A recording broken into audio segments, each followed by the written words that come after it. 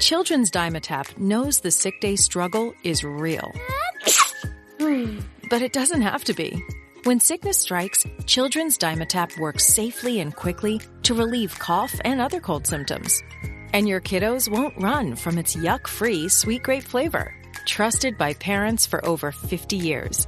Children's Dimetapp, your stress-less sick day solution. Use as directed. This episode is brought to you by LifeLock. During tax season, your personal info travels to a lot of places. Between payroll, your tax consultant, and the IRS. If your W-2 gets exposed, that's just the ticket for identity thieves.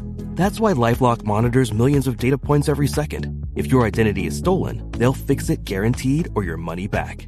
Don't let identity thieves take you for a ride. Save up to 40% your first year. Visit LifeLock.com/podcast. Terms apply. This series contains adult language and descriptions of graphic violence. Listener discretion is advised.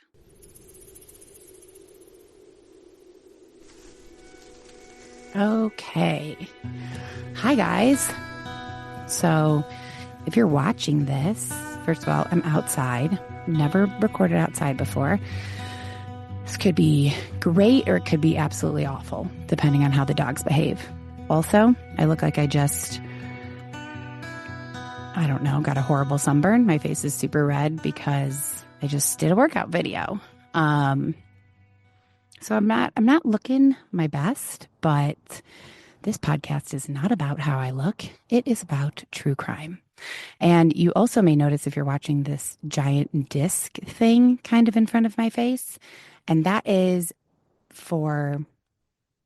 it's supposed to help eliminate mouth sounds. I saw a few reviews on Apple where people were talking about that they liked the podcast, but they simply cannot get past all the mouth sounds. And I don't know exactly what that is. I don't know if it's like me breathing. I have asthma, so sometimes when I breathe, it sounds a little wheezy and annoying. Or maybe it's the way that I talk and pronounce like my T's and my S's. And I don't really know, but I can't really change the way that I talk. So maybe this podcast is just not for those people, although I appreciate the feedback, because if I don't, if nobody says that, then I don't know that it's something that needs to be fixed. So I also swallow a lot while I'm doing this because it's a lot of talking. So I'm going to try to lean back when I do that, and maybe it won't be picked up. Either way, this is supposed to help not pick up as many sounds that my mouth makes. Of course, I'm also choosing to do this outside tonight, so it may pick up car noises, and there's a very good chance that the dogs are going to bark, but I'm going to do my best to stop recording if that happens and not make a whole thing about it. Not say, guys, I'm going to stop recording. And because I do agree with some of the comments that I think that I put a lot of things on Patreon. I record a lot of extra stuff for Patreon, just not true crime, just talking to the people on Patreon because I've gotten to know them. And I think that some of that kind of casualness, I've allowed it to seep into the Tuesday episodes. And the goal always has been to keep the Tuesday episodes more serious and more focused on true crime. And then, the Wednesday bonus episodes can be whatever I want them to be. So on the Wednesday episodes, maybe I'm just going to make a ton of mouth sounds. But I'm going to try and keep them out of the Tuesday episodes and try and keep these a little bit more professional. With that being said, we're not going to do an intro. We're just going to jump right in. I do have a bit of a sense of place. Our story today takes place in Southern California, which debatable if that's considered the Southwest or not. But for our purposes, it is. For today, it is. And it takes place in a city, I guess, called Coronado. So Coronado is a coastal resort city located in San Diego. It sits on a narrow peninsula connected to mainland San Diego by the Silver Strand and the San Diego Coronado Bridge. There's about 20,000 people that live there. Coronado covers 32.5 square miles, but most of that is actually water. The land area is only about 8 square miles. There's an average of 261 sunny days per year. And for those of you who have forgotten, there is 350 sunny days in Tucson. It's far too many sunny days. Coronado was founded in 1885 as a resort town, and it quickly became a playground for the rich and famous.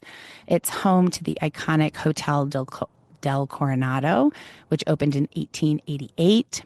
It's a stunning Victorian beach resort, rumored to be haunted by the ghost of Kate Morgan, a woman who died mysteriously in 1892.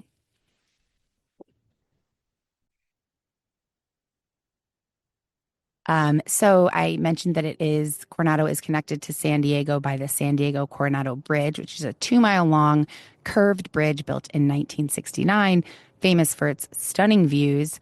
And unfortunately, also it's famous for having a lot of suicides. So a lot of people jump off that bridge. Coronado Beach is consistently ranked as one of the best beaches in the United States. And the sand there, they call it golden sparkling sand, and it actually contains mica.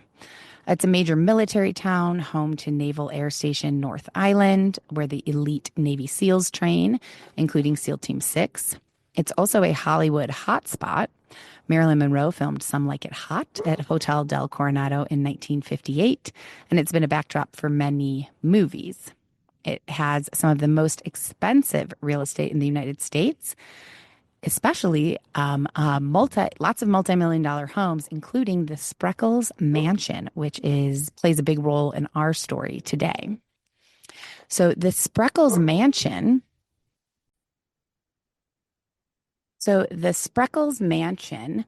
was built in 1908 by sugar magnate John D. Spreckels. It's one of the first steel-reinforced concrete mansions in all of California. It was designed to withstand earthquakes after the 1906 San Francisco quake.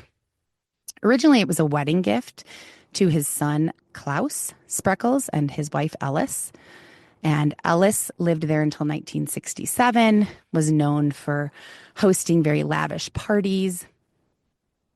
The house expanded over time to include a guest house, a 4-car garage with servant quarters, and a private pool and spa. It has been the center of conspiracy theories ever since our story today. So our story today kind of changed the future of this mansion and how it's known. It still does exist. It's a high-profile landmark in Coronado. And that is the Spreckels Mansion. So let's move on to our story. So our story today.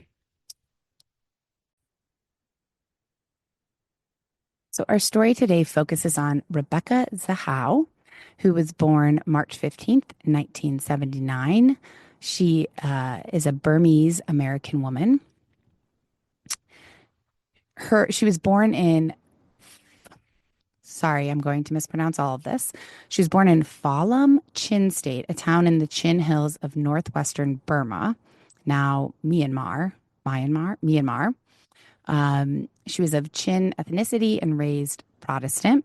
She lived in Nepal and Germany before immigrating to the United States around 2001. As of 2011, which is when our story takes place, most of her family lived in St. Joseph, Missouri. She has an older sister and 2 younger sisters.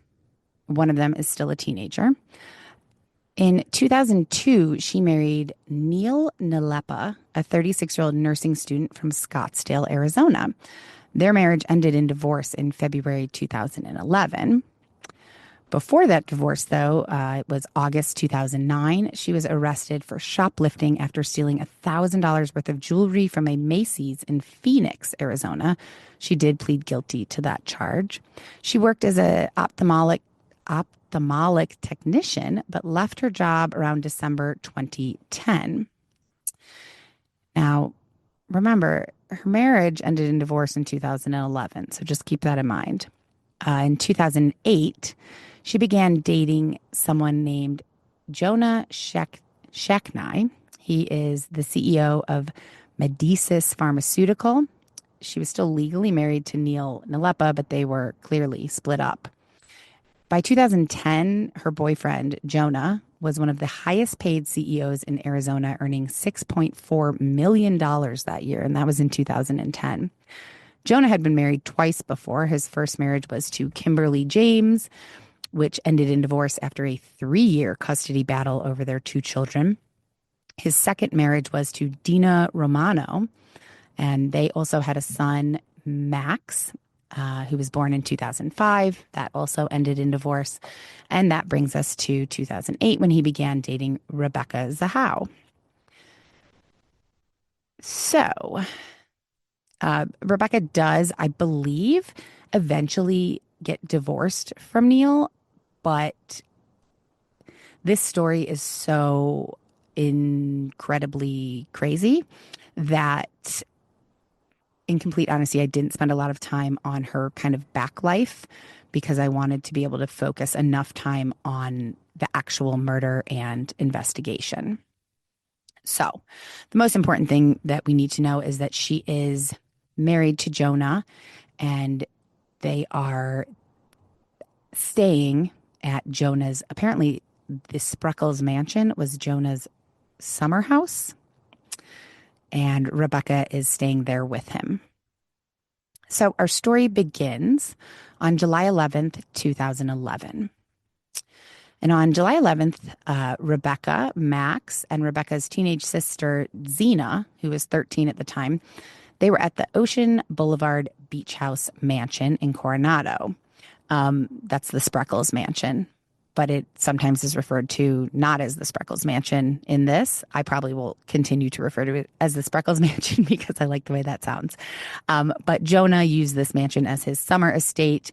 He wasn't home at this moment. He was in town, but he wasn't at the house when this moment is taking place on July 11th.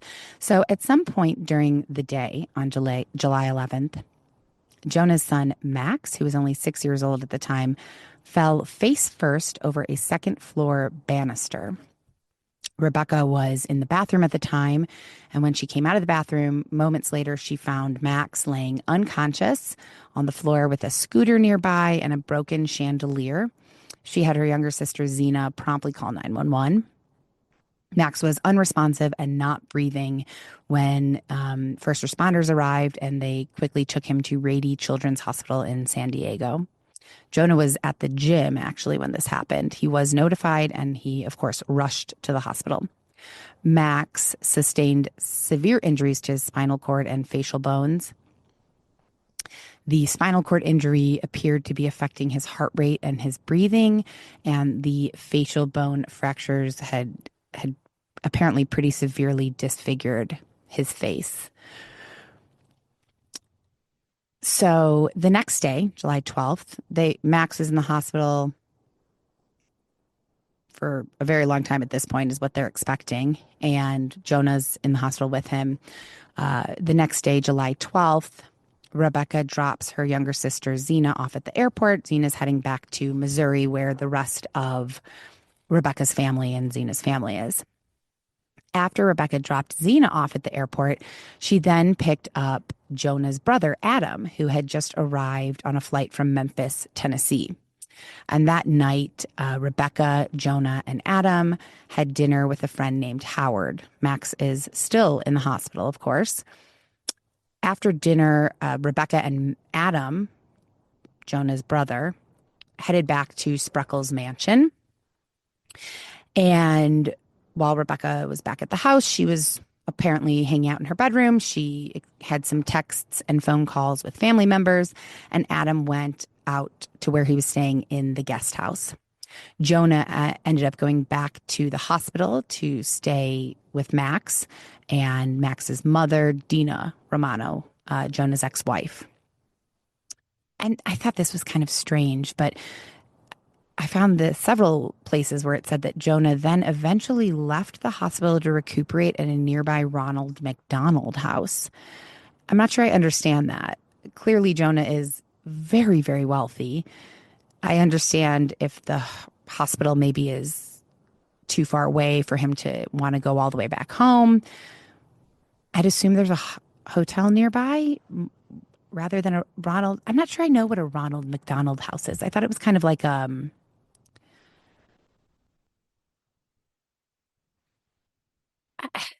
of like somewhere that Girl Scouts went and stuff like that. I'm not sure. I guess I should have looked up what Ronald McDonald House is, but we're not going to spend time pondering over it. We're just going to move on. So Max is in the hospital. Jonah, his father, is at a nearby Ronald McDonald House. Rebecca, Jonah's girlfriend, and Adam, Jonah's brother, are back at the house, the Spreckels Mansion. Nothing else of note really happened this night, although there were reports later that night that indicated that loud music was coming from the beach house, which is, I can't confirm or deny that, to be honest. There were several accounts that said that, but no one can ever confirm or deny that, I guess. Just something to keep in mind. So now we are on July 13th, the next day. At 6:45 a.m., Adam discovered Rebecca's nude body hanging from a balcony. She was naked, as I just said. Her hands were bound behind her back and her feet were tied. A gag was stuffed into her mouth, and she was hanging from a second floor balcony by red rope, a red rope that was tied to a bed frame and then tied around her neck. He called 911 at 6:48 and sent a text message to his brother to inform him of what had happened and what was going on.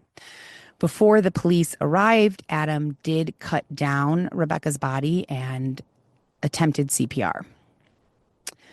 When medics arrived, they attempted to revive her, but unfortunately, Rebecca was pronounced dead at the scene. The police initiated right away forensic and toxicology testing on her body as part of the autopsy to help determine the cause of death. Early on in this investigation, speculation of foul play came about pretty quickly. But as we will learn, there were a lot of reasons that investigators didn't actually think that foul play was involved. And then there were some reasons that people did think foul play was involved. So we'll get into that in a little bit. First, unfortunately, there is more sad news for Jonah.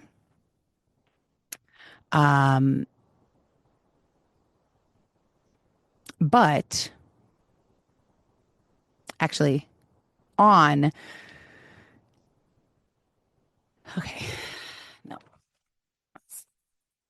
So, despite the efforts of medics who attempted to revive her, Rebecca was pronounced dead at the scene.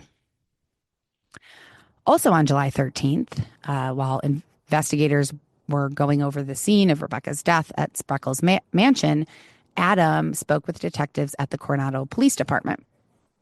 The interview was taped. Adam gave permission for them to tape it. And when speaking to police and investigators, Adam recounted his version of the events of the previous evening and then that morning when he found Rebecca. He also agreed to take a polygraph test after he was done talking to police and sharing his account. The polygraph examiner determined that the polygraph results were actually inconclusive in regards to questions about Adam's involvement in Rebecca's death. But Adam, of course, is strongly adamant that he had nothing to do with this. And this is what he explains to investigators when he's talking to them. So he says he woke up around 6:30 a.m. and left the guest house. He was walking over to the main house. He wanted to make some coffee. But when he got there, he saw something shocking, and that was Rebecca naked, hanging from the second-story balcony. He said Rebecca was gagged with a long-sleeved T-shirt, which had also been wrapped around the noose and then around her neck with the sleeves double knotted and stuffed into her mouth. Her hands were bound behind her back. Her feet were tied together. A rope, it was described in a lot of accounts as reddish orange, but in the official report that I was able to find, it was red. And I saw pictures and it looks red to me. So a red rope was wrapped around her neck. The other end was tied to the bed frame in the bedroom where she had been staying. Adam says that he ran into the kitchen to get a kitchen knife. He also grabbed a three-legged table and dragged it into the courtyard because she's outside. I don't know if that's clear or not, but there was a balcony off the second floor that overlooked the courtyard of the home, and she was hanging from that balcony. So he climbed onto the table, cut Rebecca down, lowered her body to the ground. He removed the gag and started performing CPR. At 6:48, he called 911. He was obviously very shaken up, frantic, and you can hear him on the 911 recording shouting, "I got a girl, she hung herself, same place you got the kid yesterday." And he also is repeatedly yelling, one would assume, at her, "Are you alive? Are you alive?" as he's trying to revive her. When police arrived, they saw Rebecca's body lying in the courtyard. The knife was on the nearby table that he had dragged out there. What's weird is that the San Diego medical examiner, Dr. Jonathan Lucas, didn't arrive until 7:14 p.m. That's about 12 hours later. So right away, people who are kind of critical about this and, speculating that maybe this isn't a suicide, which, of course, when I read this, the first thing I thought is, well, of course it's not a suicide. Her feet were bound and her hands were tied behind her back. And the t-shirt wrapped around her neck and stuffed in her mouth. How did she do that and tie her hands behind her back? To me, it didn't seem like obviously there's foul play here. However, I gave Mark kind of like an overview of this story, and I mentioned that, and he said, well, sometimes people, when they hang themselves, they do tie their hands and feet so that they can't have second thoughts and panic and try to get themselves down, which is just such a tragic, terrible thought. But this delay, the fact that the medical examiner didn't get there until 12 hours later, and her body was outside, fully exposed for hours. I'd assume that it was eventually covered up, but this just seemed like a major failure, and as we will soon learn, one of many major failures in this investigation. From the very start, which we are going to jump into here in a moment, this case was just filled with really bizarre details, definitely plenty of questionable decisions by authorities, and things that just didn't add up. And like I said, this is just the beginning. So,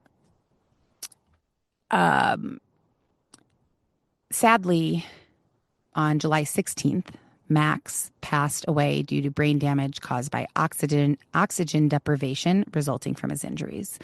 So now Jonah has not only lost his girlfriend, but he has also lost his son. And 2 deaths at the famed Spreckels Mansion in 1 week clearly drew quite a bit of attention from the public and the media. On day 1, literally the day that they found Rebecca, news helicopters were flying over the mansion, getting footage, capturing Rebecca's, this is so sad, but capturing images of her nude body, totally exposed, lying in the courtyard. And those images were broadcast everywhere. And it very quickly turned from a tragedy into just kind of like a full-blown media spectacle. Also, this isn't too surprising. We have a millionaire pharmaceutical executive. Honestly, I think he was veering on billionaire at this point. His son has a tragic accident, and then his girlfriend has a bizarre, possibly unexplained death. It was a story that felt too strange and too real to ignore. So I have written down here within days, I'd say within hours, the public was hooked on this story. And these deaths at the Spreckels Mansion didn't just make national headlines, they made international news. Every major outlet was covering it, which fueled even more speculation and left more unanswered questions. There was so much media coverage on this that just 1 week after Rebecca's death, Jonah hired a public relations firm, Citric and Company, to handle media inquiries. Reporters were asking questions, and one of the PR specialists explained that Jonah had simply hired them to manage the overwhelming amount of calls that he was getting and to give him space to grieve. But Citric and Company didn't just handle the calls. They also went after journalists that they felt were reporting inaccurate details about the case. It was very clear that Jonah and his team wanted to carefully control this narrative. They wanted to make sure that their version of events was what the public heard and not all the kind of speculation. And it makes sense because on July 14th, Medicis, his medical pharmaceutical company that I'm not pronouncing correctly, had its sharpest one-day decline in stock price in many, many months due to all of this press coverage. So, of course, they want to control the narrative. And, right away, the internet is exploding with theories. People were dissecting everything that was published and public knowledge, debating whether this was a tragic suicide or there was some foul play. Maybe it was a cover up for murder. And at the time, it wasn't just true crime fanatics getting involved. There were forensic experts, lawyers, investigators who were all also weighing in either on, message boards and also in the media. There were forensic experts and lawyers who were weighing in to different media outlets on what they thought. So the sheer amount of media attention on this case meant that there was no shortage of evidence, opinions, and theories. But the problem was that depending on who you asked, the same set of facts that everyone was getting, depending on how you looked at them, they could tell completely different stories. We're going to get more into that later. On July 26th, investigators concluded that Max's death was, in fact, an accident. They suggested that he may have tripped over something and he just accidentally fell over the balcony. But, like with everything in this case, nothing was quite that simple. A trauma doctor who examined Max before his death and conducted an autopsy, he expressed some skepticism about the injuries that Max sustained from the fall. This doctor believed that the injuries were inconsistent with the cardiac arrest and brain swelling that Max had. And this doctor thought that Max may have suffocated before the fall. However, the investigation into whether or not Max's death was an accident was pretty quickly overshadowed by the investigation into Rebecca's death. So I want to start with just some real basics. I want to try and set the scene for you of what investigators walked in on, because online I was able to access the official report from the San Diego Sheriff's Office and the medical examiner. And there's pictures, which I will either post or include in this video. So the inside scene, they found red rope secured to the footboard of the bed, 2 paintbrushes, one with black paint on the floor near the bed, a tube of black paint under a plastic bag on the floor near the bed, 2 kitchen knives, one large and one small, on the floor near the bed. One side of the bed was pulled slightly away from the wall. Red rope went out the double doors, like from the, it was tied to the bed. It went out the double doors leading to the balcony and then over the railing.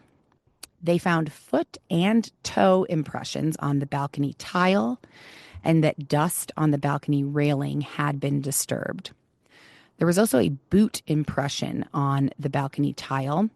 They eventually identified this as a police officer's boot. They did find the police officer matched his boot, which seems like shoddy police work, or, a mistake. Mistakes happen.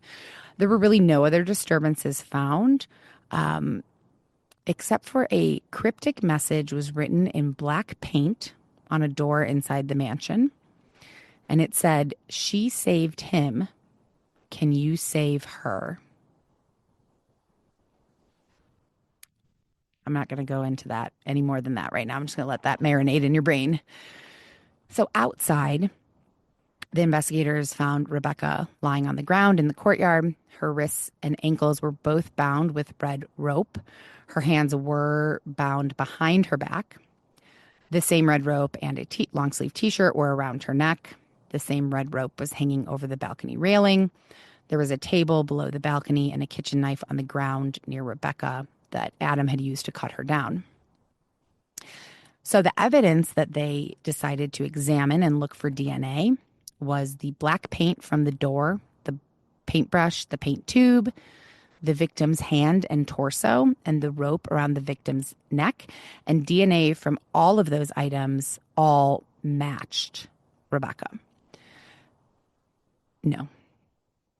Yes, all matched. Fingerprints from the guest room entry door jamb, which apparently is where Rebecca was staying, which is also peculiar to me because she's dating Jonah and he's not going to stay in the guest house at his own in the guest room at his own mansion.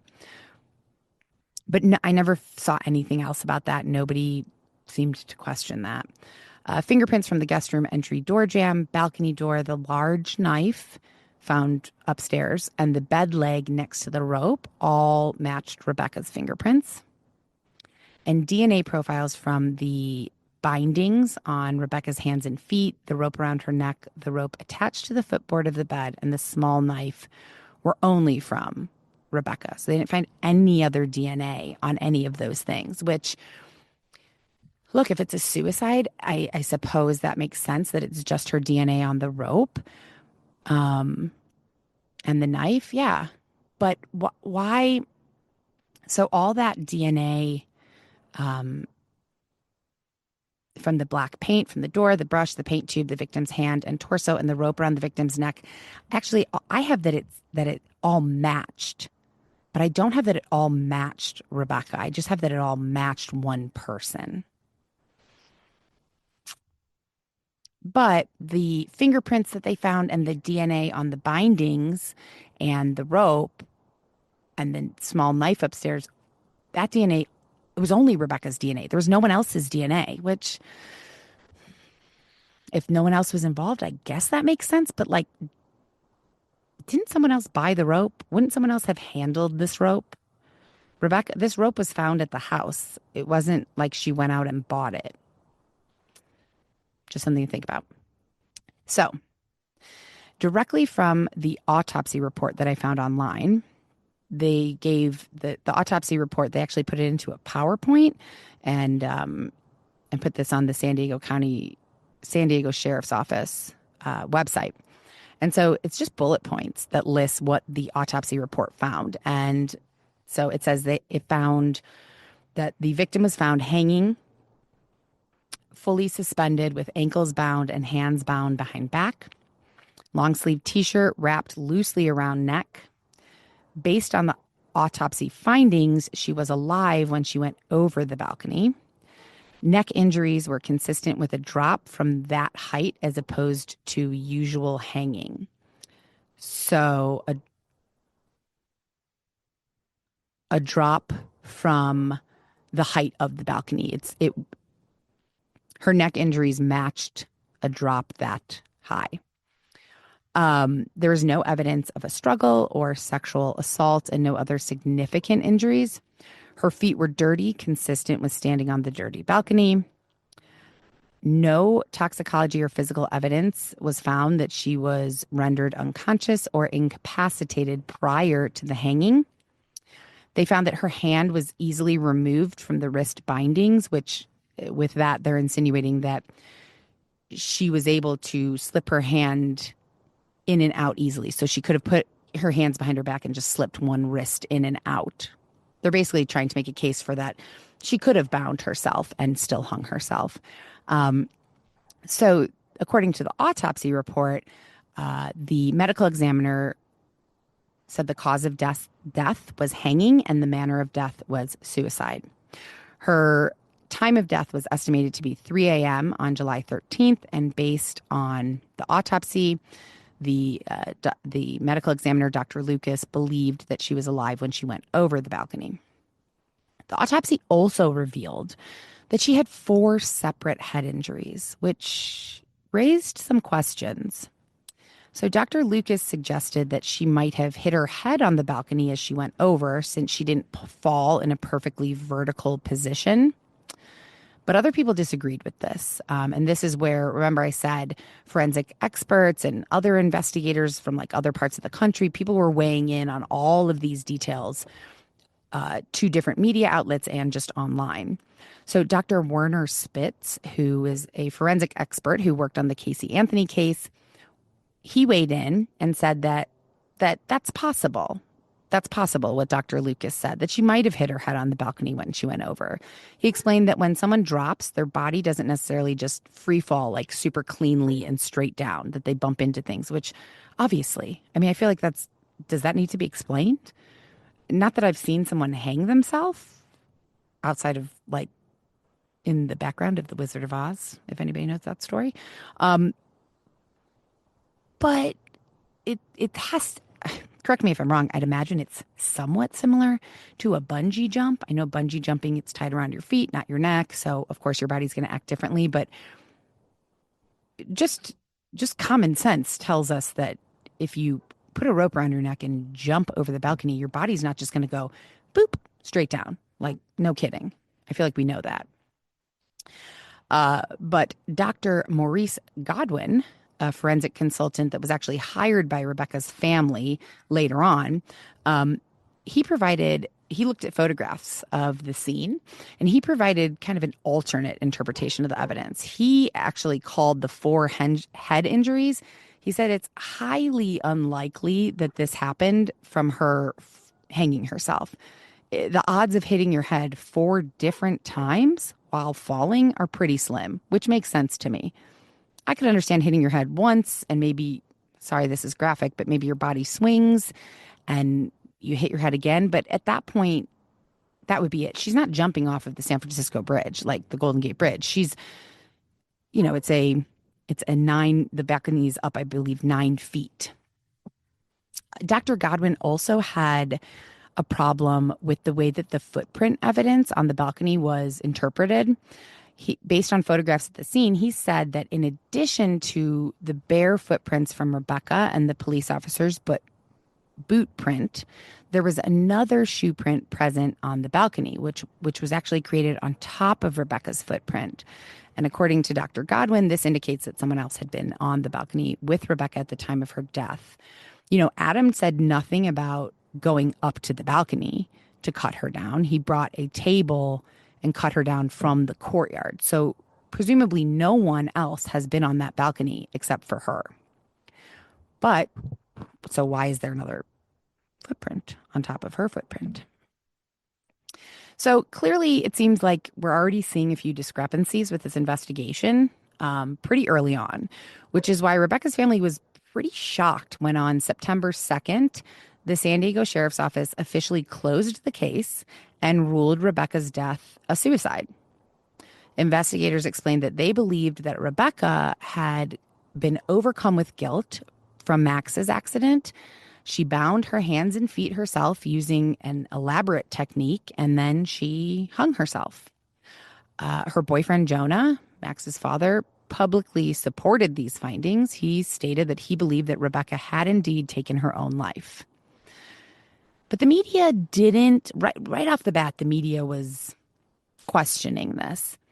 In early September, soon after they officially closed the case and ruled it a suicide, several writers for Forbes, including true crime author Kathy Scott and a lawyer, Victoria Pynchon, expressed some reservations about the findings. One of them even described the ruling as an embarrassing public blunder.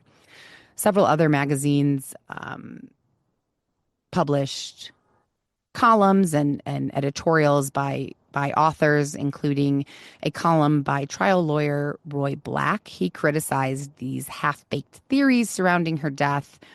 He highlighted the absence of DNA evidence, saying, quote, how could anyone do all of this without leaving behind a scintilla of microscopic evidence?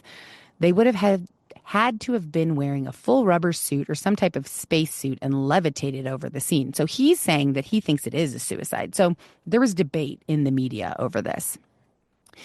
There was no debate with Rebecca's family, though. They were 100% certain that this ruling was incorrect, and they were completely convinced that she died as a result of foul play, and they were determined to prove this. They accused the San Diego Sheriff's Office of rushing Rebecca's investigation and concluding the investigation prematurely. Apparently, the San Diego Sheriff's Office responded to this accusation on their FAQ page, frequently asked questions page on their website, which seems very strange to me. They said, quote, we had between 7 and 15 investigators, in addition to crime lab personnel, looking into this case for 7 weeks exclusively. There was no rush to judgment. There was simply a large number of resources dedicated to this investigation full time. For the first 7 to 10 days of this investigation, it was widely believed among investigators this case was more likely to be a homicide. As the evidence began to come in, however, that belief began to change. Ultimately, the evidence convinced everyone involved this case was a suicide. No rush to judgment, no tunnel vision. But regardless of what the sheriff's office put out on their FAQ page, from the very beginning, really, Rebecca's family and those who were close to her, aside from her boyfriend, did not believe that she took her own life. Her younger sister said, Becky did not commit suicide. My sister was murdered. A former trainer who worked for a while with Rebecca backed this up, saying that she was always happy, always smiling. He never saw any signs that she was struggling or depressed. Rebecca's older sister, Mary, made the following statements regarding her sister's mysterious death, saying, quote, obviously the investigation is not complete yet, but as far as I know about my sister did not commit suicide. My sister was not depressed. My sister was not frantic. My sister was planning on calling my parents the next day. So she may have made this statement before they officially closed the investigation or before she knew that they officially closed the investigation, I guess. Rebecca's mother also spoke out to many people and journalists saying, we know for sure she wouldn't ever kill herself. Her family pushed back hard because police started saying, she was depressed. She did kill herself. And they said, no, she wasn't depressed. She was a joyful, positive person. And she was a Christian, and she believed that suicide was wrong. Even her ex-husband was quoted as saying that he could not believe that Rebecca would kill herself. It was completely out of character for her. But despite all of these doubts that family and friends were voicing, Sheriff Bill Gore, who led the investigation, kind of just dismissed them. He said that they presented all of the evidence to Rebecca's family in Missouri and that it was unfortunate that they can't accept the results. But Rebecca's family wasn't going to let go that easily. On September 7th, 2011, the Zahau family launched justiceforrebecca.org, a website aimed at raising funds for their own private investigation. On the site, they accused the sheriff's department of working too hard to make this look like a suicide and refusing to let the family challenge that narrative. By late September, they were working really hard and demanding that the case be reopened and that a fresh look was taken at the evidence.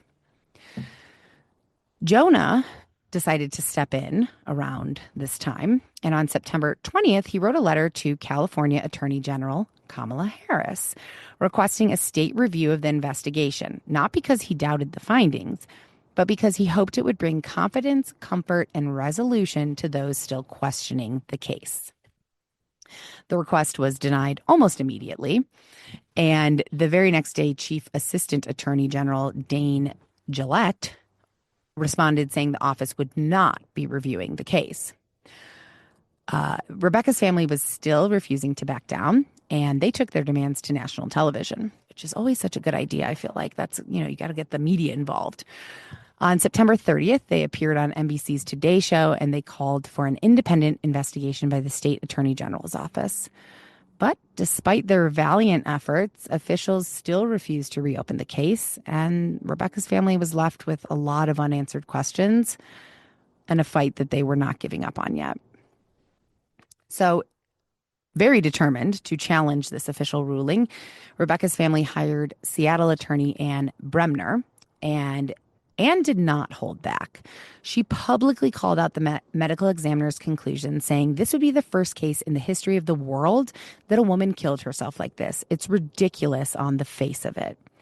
And I mean, I don't know if the first case in the history of the world, but she kind of has a point. I mean, the fact that that they're alleging that Rebecca tied herself up, bound herself so intensely like that, and jumped, it just doesn't fit the usual pattern of suicide, especially for women. Anne Bremner also noted that I took this from Reddit. And so I'm reading it exactly as is, as I found it on Reddit. Anne Bremner noted that she found it odd that Rebecca's long hair was tucked under the noose and the t-shirt found wrapped around her neck. Many people, particularly women, found it unusual for a woman to place something around her neck, whether a shirt collar or a noose, and not pull their long hair out over it. This detail, according to Anne Bremner, indicates that someone other than Rebecca may have placed the noose around her neck. I don't know how I feel about that. I have had long hair for a very long time, and I do understand, putting a scarf or a jacket or a hoodie on and you pull your hair out of it. You don't want your hair to be tucked in. I get that. If I am at the point where I'm killing myself, where I'm going to hang myself, I'm not sure that's a priority for me to make sure that my hair is not stuck under the noose. Maybe, but I don't think so. Also, many people, her family, friends, did not believe that Rebecca would ever intentionally display her naked body the way it was discovered in death. Rebecca's mother is quoted as saying she would never do a thing like that, meaning the hanging, and she would never do it without clothes on. She cited their Asian heritage and Christian faith as reasons for Rebecca's modesty. And I mean, I'm not a Christian, I'm not Asian, and if I was going to do that, I certainly wouldn't do it naked. I'm not sure I understand the point of that, of why do it naked? It does seem very odd. All of these statements by the Zahau's attorney, Bremner, they did not sit well with Jonah. Jonah did not like it. So Jonah also had an attorney.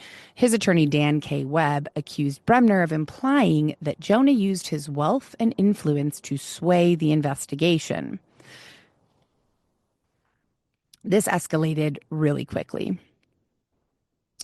Jonah's lawyer fired off a cease and desist letter, warning Bremner that some of her comments were defamatory and, in his words, highly insensitive on a human level. He also claimed that she was fueling the media frenzy.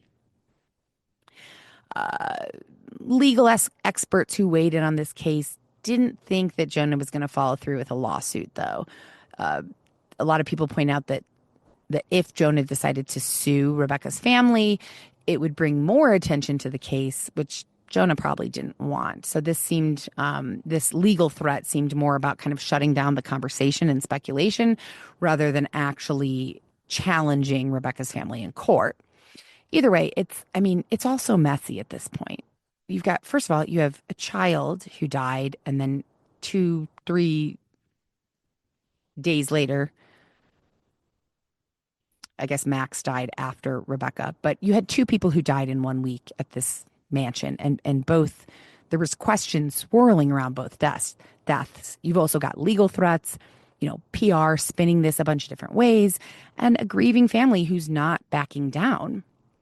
So no matter which side you're on, there's only really one thing at this point that's clear, and that's that this case is not as open and shut as authorities kind of made it seem. Which is why it makes sense that Rebecca's family and their attorney requested a second autopsy be conducted by someone different than the San Diego medical examiner. Now, obviously, Rebecca's family thought something fishy was going on, but they may have also just thought that the first medical examiner was just flat out wrong.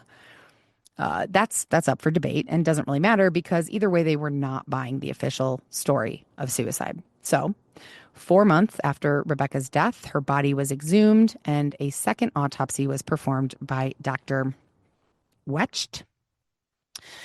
He couldn't perform a complete second autopsy because she had been embalmed. So there were certain things that he was apparently unable to do. But he did everything he could. And he did.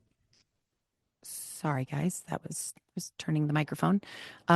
He did take issue with several findings from the first autopsy. He believed that the fractures in her throat weren't from hanging, that they were from manual strangulation. Now, let me be clear. Rebecca's neck injuries were consistent with hanging, but they were not exclusive to hanging. They also were consistent with strangulation. So either one is fitting. But the first medical examiner said nothing about manual strangulation and that was even a possibility. He only said that these injuries were consistent with hanging, again, which they were, but also consistent with manual strangulation. That's an important fact, I think. Now, both the first medical examiner, Dr. Lucas, and this new examiner, Dr. Wecht, noted in their autopsy reports that Rebecca had 4 areas of hemorrhage near the top of her scalp. Remember, 4 different scalp injuries. So Dr. Lucas, the first medical examiner, believed that these happened because she hit her head when she went over, maybe on the balcony, maybe also on the vegetation that was growing under the balcony itself. Dr. Lucas, the first medical examiner, theorized that Rebecca didn't fall straight down over the balcony like we already talked about, but maybe she fell at an angle, and so her head came in contact with 4 different things. Dr. Wecht, either one, wasn't convinced of this. The 4 abrasions apparently didn't break the skin, but he thinks that they could have been caused by intentionally inflicted blows to the head, either with a fist or another item. Obviously not something super, super heavy, because that would have broken skin. Dr. Wecht hypothesized that although these blows would not have caused her death, they could have knocked her unconscious. And if someone else was to blame for this could explain how someone had managed to cause her body to go over the balcony in kind of a weird way with no signs of a struggle. If she was unconscious, somebody could have just thrown her over the balcony. Dr. Wecht actually at one point said this was a homicide. He also found it really weird that there were relatively few abrasions or injuries to Rebecca's arms, while there were multiple abrasions to her back, because her arms were tied behind her back. And so shouldn't there be similar, if her back is all scraped up, why not her arms? Just odd. So the discrepancies found between these 2 autopsies, these weren't the only issues that Rebecca's family kind of discovered about this investigation. So, as we know, the Zahaus were convinced that the San Diego Sheriff's Office mishandled this case. They, aside from the autopsies, they claimed that there were key pieces of evidence at the scene that were never properly investigated. A clump of hair and a drop of blood were reportedly found in the master bathroom. Neither were tested for DNA. The San Diego Sheriff's Office brushed it off, saying Rebecca had likely showered before her death, and possibly she was spotting or menstruating at the time. Since there was no other visible blood in the area, they didn't see a need to test it. I mean, that just seems crazy. First of all, from an autopsy, couldn't you determine if she was menstruating at the time? And second of all, why? What? Just test it. It just seems odd. It seems like a huge oversight. Also, in the guest house where Adam was staying, investigators noted a bottle of clear liquid in his room. Never tested it for DNA, never tested it at all, didn't know what it was. And even more suspicious than that, they found women's underwear. It was white, pink, and purple in the guest house trash. Rebecca's family thought this should have been tested for DNA and possible signs of assault, but the San Diego Sheriff's Office refused. They said that Rebecca's body showed no signs of sexual assault, and the underwear probably belonged to a guest from a slumber party that had happened at the mansion several days earlier. They defended their decisions. They said they had to focus on the immediate crime scene rather than searching the entire mansion and guest houses. I mean, really?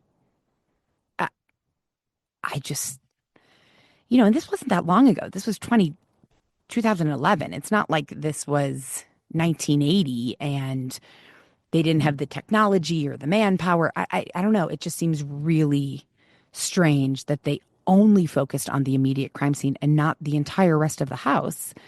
I can't think of a case that we've covered where they didn't, pick apart the whole entire home. And I get that this is a mansion and it's quite large, but come on. So I mean, critical evidence is being overlooked, dismissed, or honestly just outright ignored. And, whether that was carelessness or something more intentional, I don't know.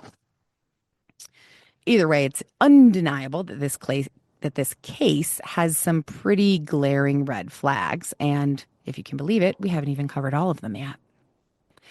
So one of the most controversial red flags that we have talked about was the fact that her hands and feet were bound, and then everything that kind of went along with that. So for reference, they said that Rebecca's hands and feet were bound using a slip knot and a cleat hitch knot. These are knots that are apparently commonly used in boating, but they're not exclusive to boating. They're just commonly used there. The red rope was water sports rope, and it was used, it was also tied to the bed. So the rope was tied to the bed and then led over the balcony railing. And I did mention earlier that one side of the bed was pulled slightly away from the wall.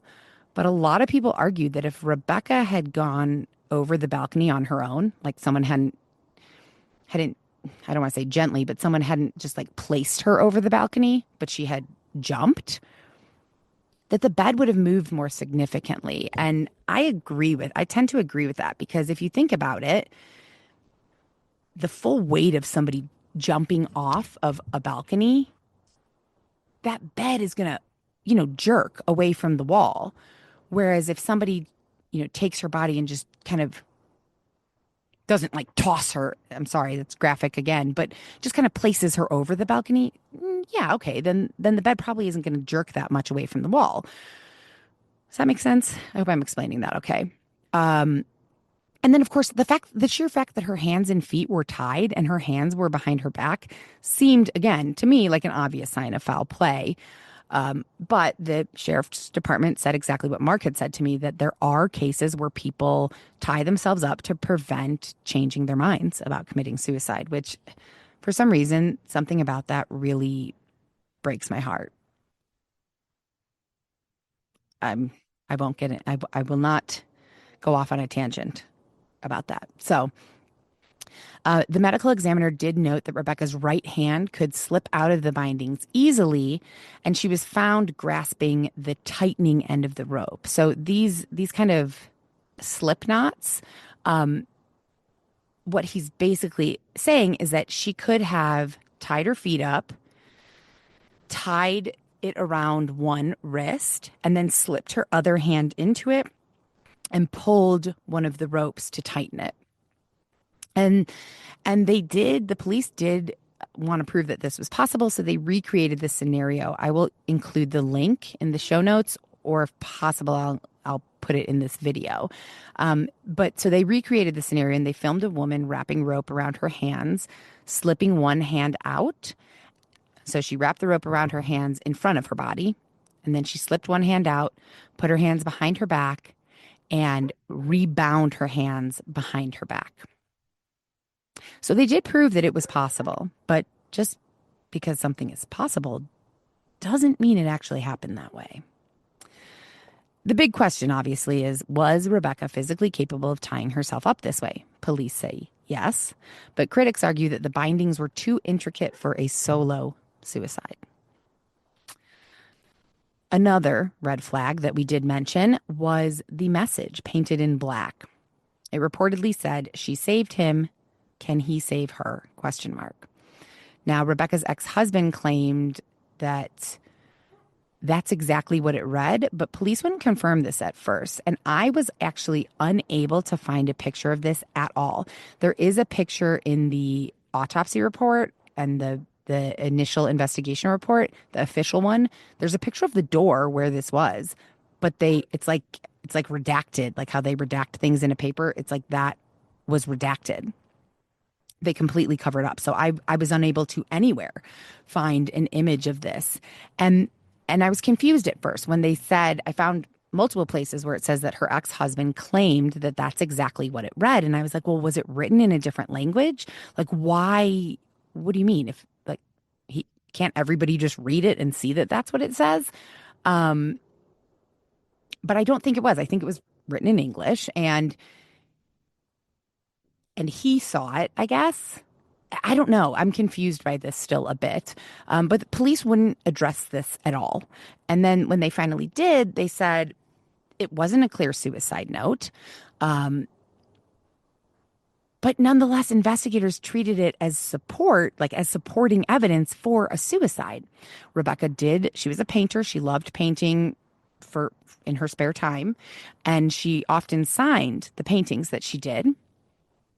And her family swore that this handwriting did not match her handwriting. Her ex-husband also stated that this did not appear to be something that Rebecca would have ever written. So a lot of questions surrounding that still. Now, police did get search warrants for Rebecca's phone records from Verizon and AT&T. And what they showed is that night between 8 and 10 p.m., she was texting and talking with her sister Mary, mostly about Max's accident. Mary reported that Rebecca seemed completely like herself. She didn't seem off or weird. And that Rebecca stated she would call Mary the next day. Rebecca had also made tentative plans with Mary to visit her family in Missouri in September or October. So that was just in a few months. At 10:48, Rebecca's phone got a text from Nina Romano. That is the twin sister of Jonah's ex-wife, Dina. Dina and Nina. I mean, that's just cruel to do to kids, I feel like. But so Nina texted Rebecca and said that she wanted to stop by and talk about Max, but Rebecca never replied. At 12:50 a.m., Rebecca checked her voicemail, listened to a message, and then deleted it. Now, police claimed that this message was about Max's condition and how it was worsening, but they never confirmed who sent it. Rebecca's sister Mary said that police told her it was from Jonah, but because the message was deleted, no one actually ever heard this message except for Rebecca, and she couldn't tell us what it said. The police also handled Rebecca's phone really weirdly. So they were like kind of scared to turn it on. They thought that they might overwrite evidence contained in the phone's memory just by turning it on, which makes zero sense. But that's what they claimed. So they wouldn't turn it on. Instead, they decided to wait and try to figure out if there was some type of forensic software available that could allow them to examine the phone while also ensuring that nothing got disrupted on the phone. Again, why would anything get disrupted on the phone just by turning it on? That makes no sense. By August 15th, so this is over a month after her death, they finally concluded, okay, there's no technology that can help us make sure we don't delete anything off the phone. And they turned the phone on and conducted a manual search. And what happened when they finally turned it on? The voicemail was gone, of course. And they never asked AT&T to try and recover it from their servers. Why? Like, why? What if that voicemail said something else?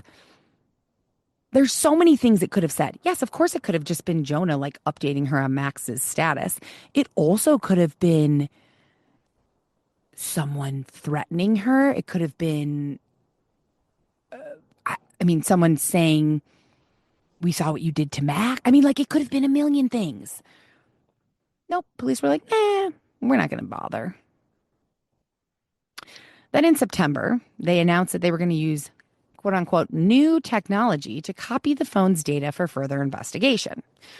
By October, they had completed this new technology investigation and said, we didn't find anything new. We're just going to give the phone back to her family.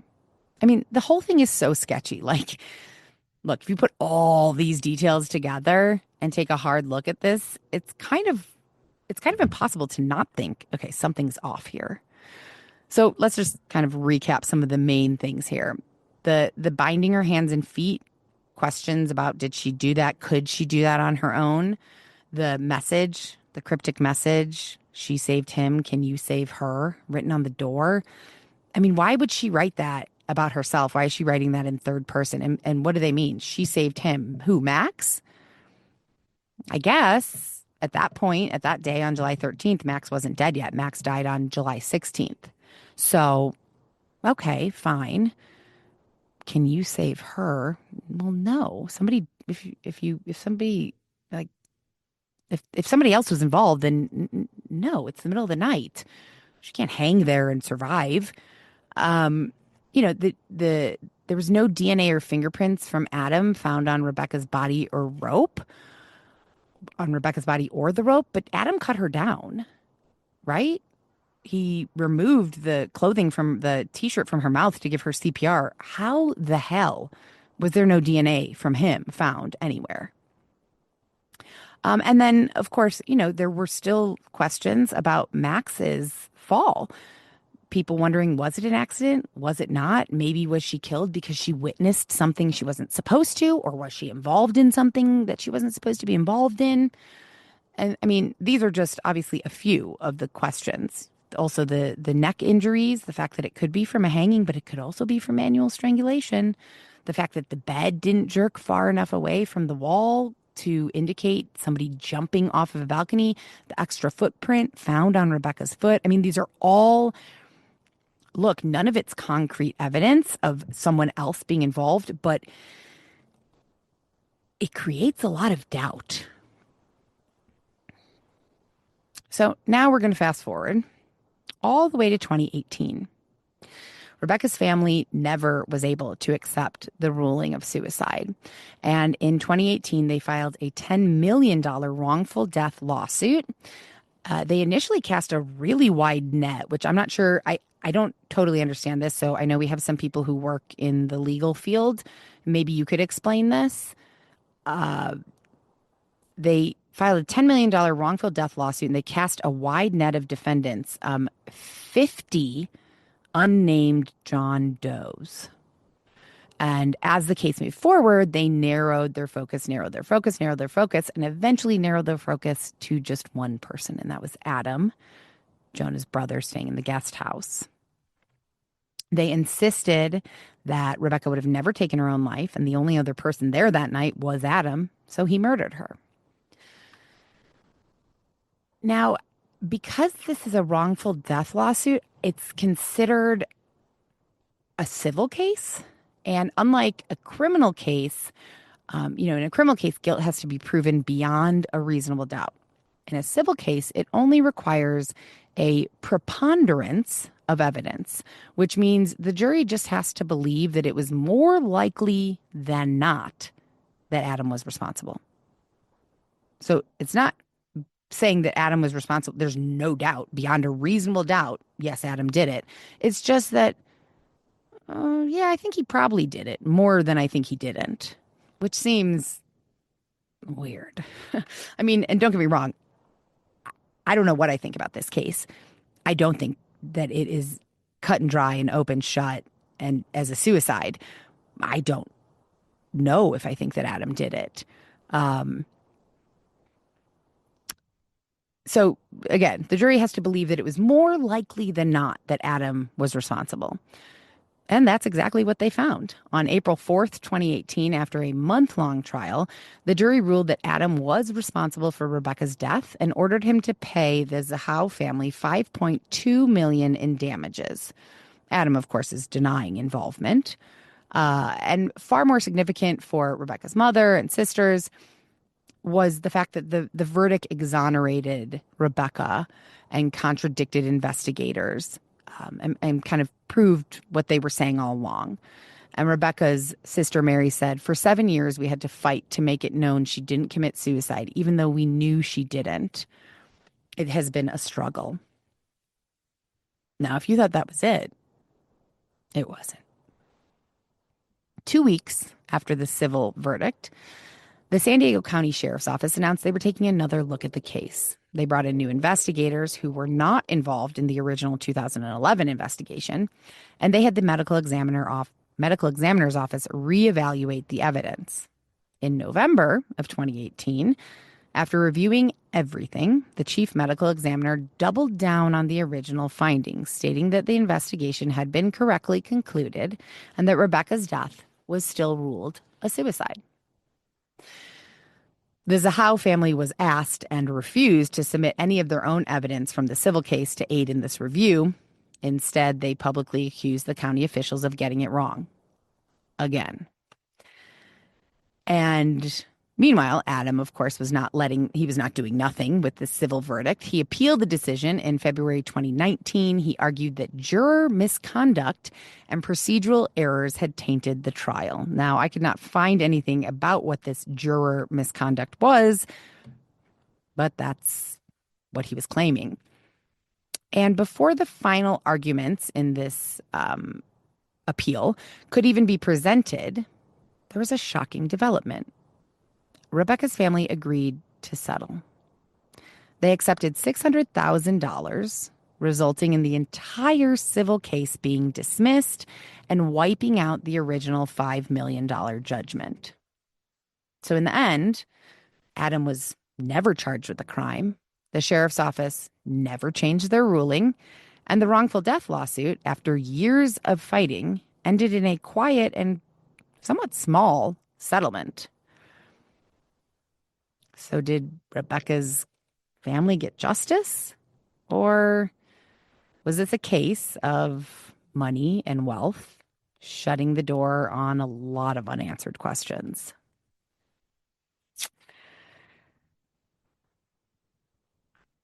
I don't know. And a lot of people don't know. As of today, this case remains one of the most debated and controversial death investigations in history. And there are still so many unanswered questions. And this is one that, for me, I'm stumped. I don't know. Obviously, I don't know. I'm not an investigator, and I didn't know anybody involved in all of the things. Like, what the fuck do I know? Of course. But after doing so many of these, I find that I usually have an opinion at the end as to if it was, look, all of these are tragic and terrible. And I don't know. I hate it when it's like the family got justice. Did they? No matter what happens, no matter how much money, no matter whether the murderer was put to death or in jail for life. I mean, like, they still lost a family member. I don't know. It never feels fair. It never feels right. And I feel like if I was in any of their positions, I don't know that I would feel closure or that justice was done. I think I'd just be pissed still and sad. But I don't know. But I do find that I usually have at least some type of an opinion about, like, that seems like the right thing, that person got life in jail. Or, that seems like the wrong thing. This was really unfair. And for this one, I just don't know. There are so many conflicting opinions and findings, and I don't know. I do think that the family so adamant, unless they really didn't know her, so adamantly believing that she would never commit suicide. I do think that, people who really knew her well, her mom, her sisters, I think you know that about a person. This is going to be a weird thing to say, but I think if I ever did that, guys, I'm totally not. I'm happy. I'm not suicidal. I'm not depressed. I promise. This is not a cry for help. But if I ever did that, I don't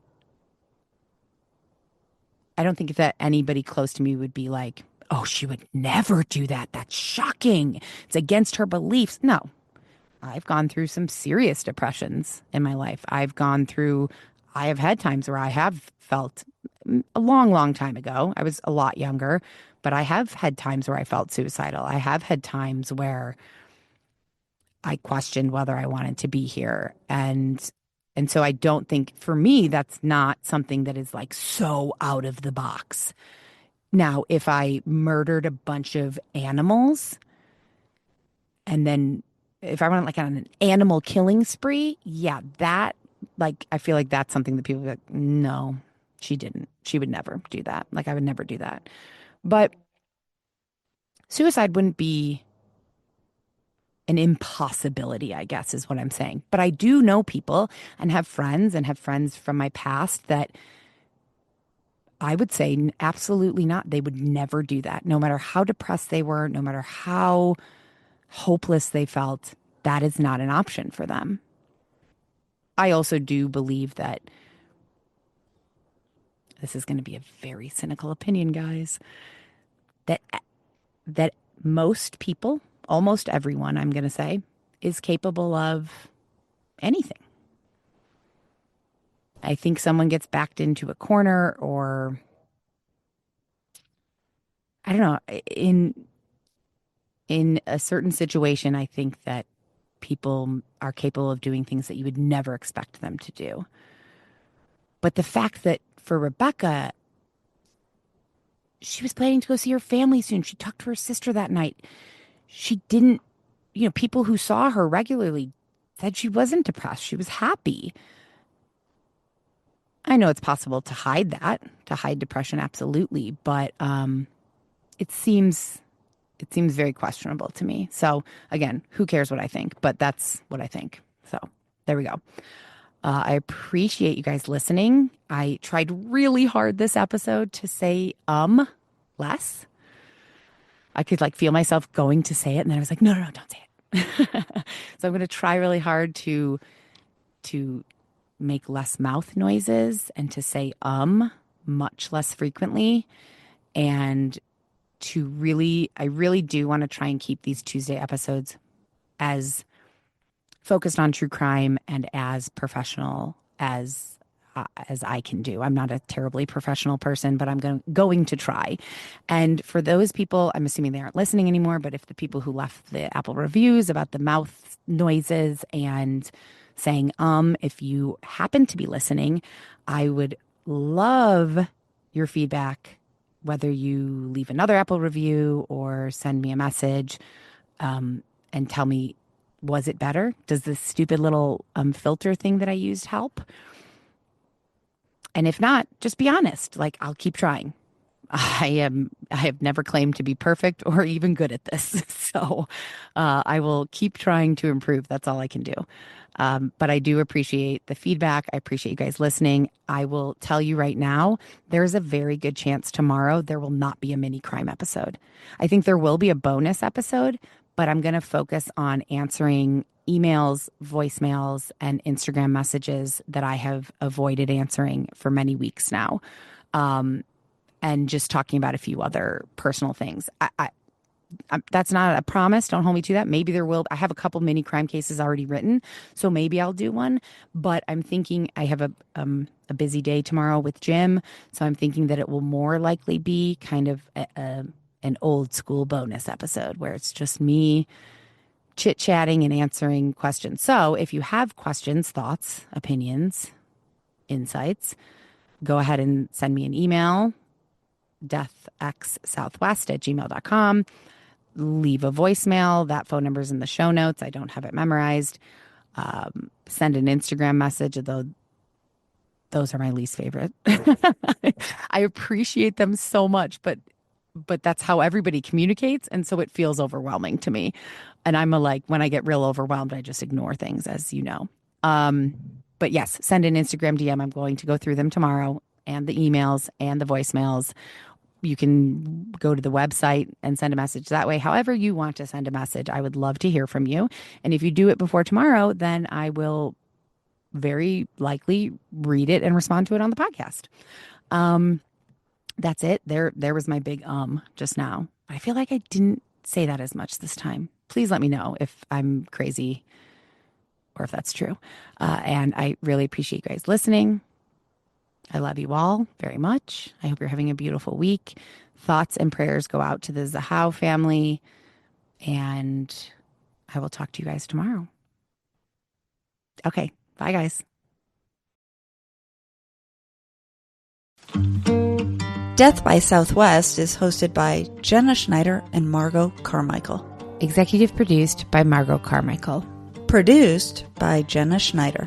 Audio editing and sound design by Margot Carmichael. Music by Soundstripe. And a special thanks to Edward R. Murrow for letting us borrow his famous sign-off phrase, "Good night and good luck."